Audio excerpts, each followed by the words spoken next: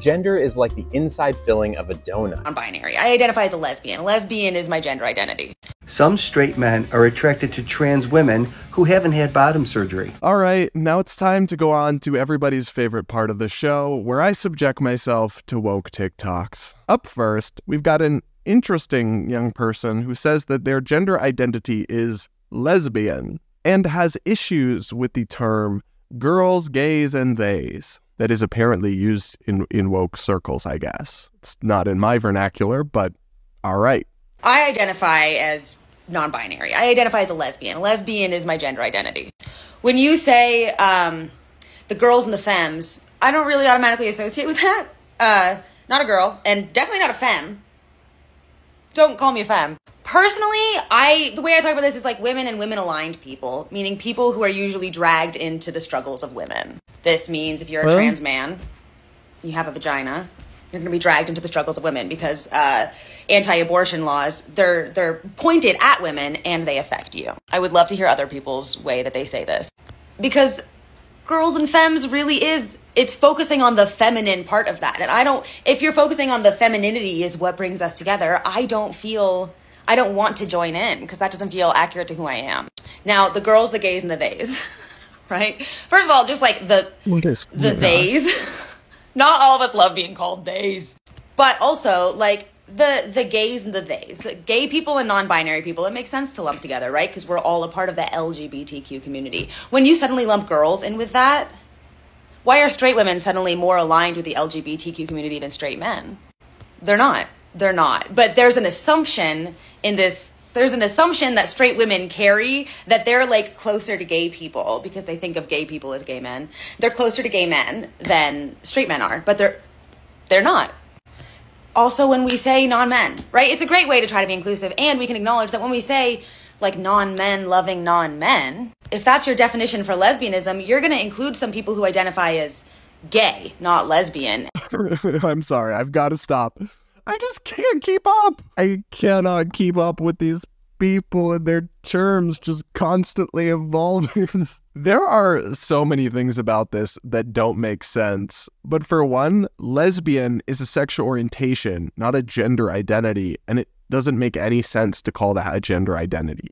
It also makes no sense to call yourself a lesbian while also saying you're non-binary. Either you're a woman who loves other women, or you're a non-binary person who rejects being labeled as a woman or a man. You cannot be both in any logically consistent or even basic commonsensical way. Make it make sense. But this entire category of video, which you see scattered throughout TikTok and getting hundreds of thousands, if not millions of views sometimes, is just so bizarre to me because it's so hung up on the minutia of language. Like, I just can't imagine feeling so affected or caring about these just minor verbal tics or changes in verbiage. From the crowd that likes to talk about privilege, I think you've got to have a lot of privilege in your life, and that's a good thing. I'm wishing you the best.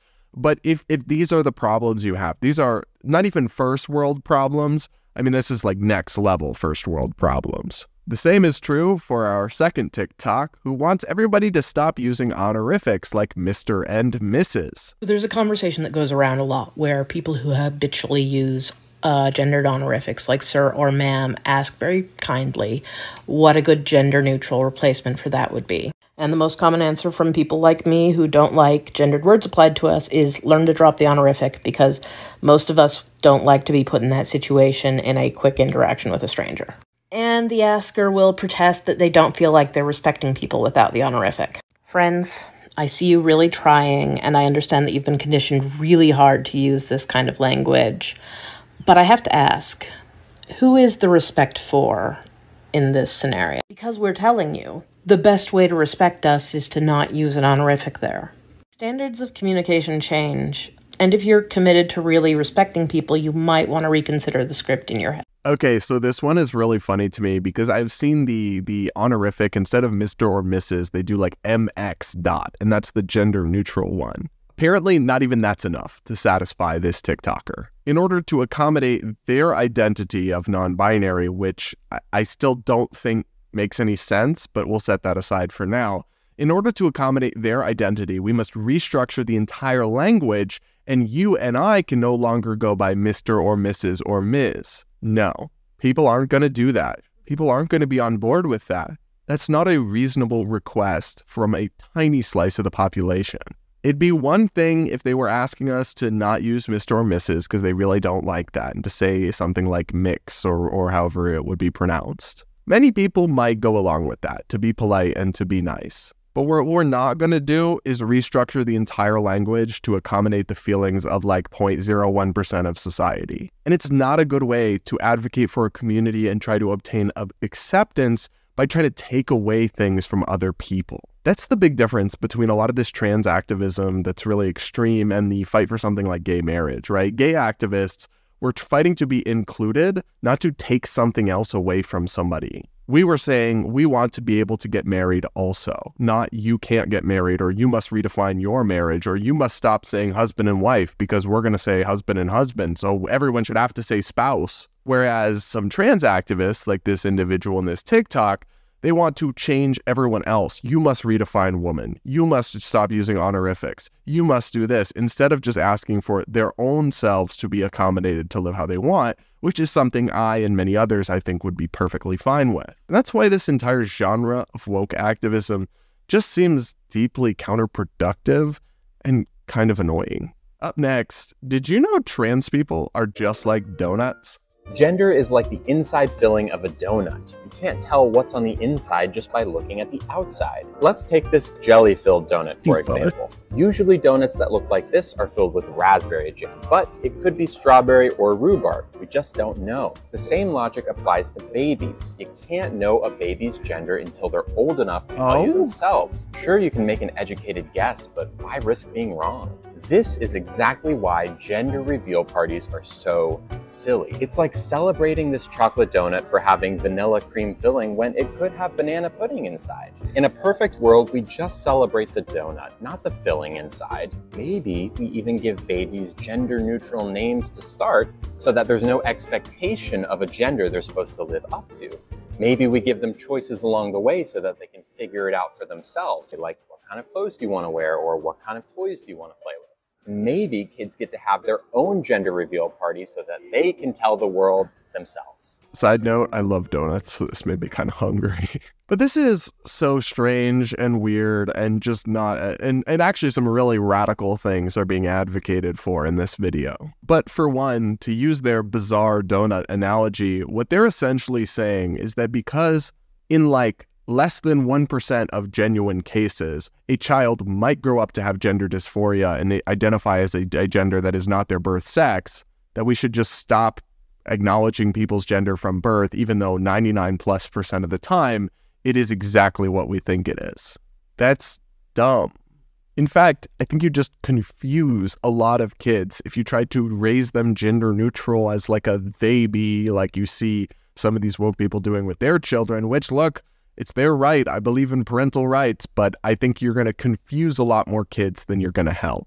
And again, you're not going to win over support for your community by trying to take away other people's, what they can do, like gender reveal parties or raising their kid as a boy or a girl. No, what you should be advocating for is respect and dignity for the extremely rare cases of kids with gender dysphoria. Not trying to rewrite all of society to pretend that everyone is really gender neutral or doesn't know their gender till they're 15 or whatever. Almost everyone does. Almost everyone is comfortable with their birth sex. We don't need to restructure all of society because of rare exceptions. We need to treat those exceptions with dignity and accommodation and try to figure out what's best for them.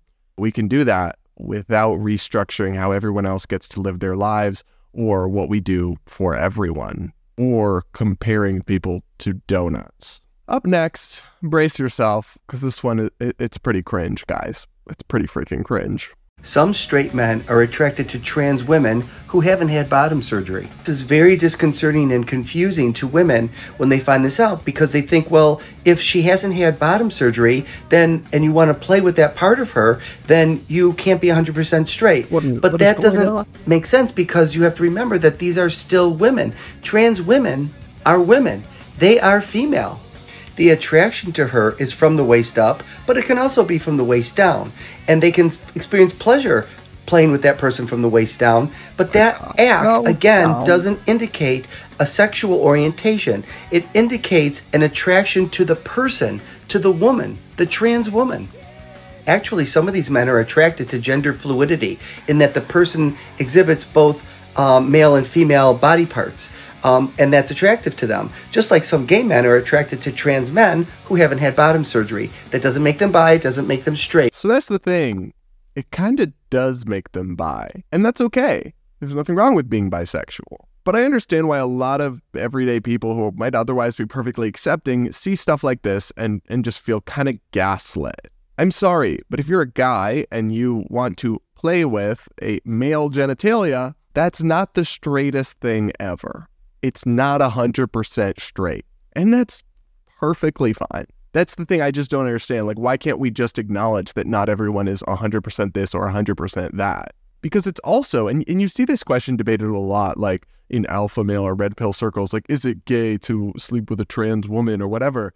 It's also not 100% gay. Like, no gay man is attracted to somebody that presents and looks like a woman just because they still have male anatomy. It's something in between. It's something bisexual, queer, whatever you want to call it, somewhere on that Kinsey scale. Like, it doesn't have to be straight or gay. It can be somewhere in the middle. It can be nuanced. And I don't understand why it matters. Or videos like this are constantly blowing up. People are constantly talking about, is it gay to do this or not? It's like, why just let people do whatever they want? Like who cares? But don't gaslight people and tell them it's perfectly straight to be doing all that with, Franken beans. It's just not. All right, guys, that's about all the woke TikToks I can handle in one sitting without my brain combusting. Let me know what you think of these videos in the comments.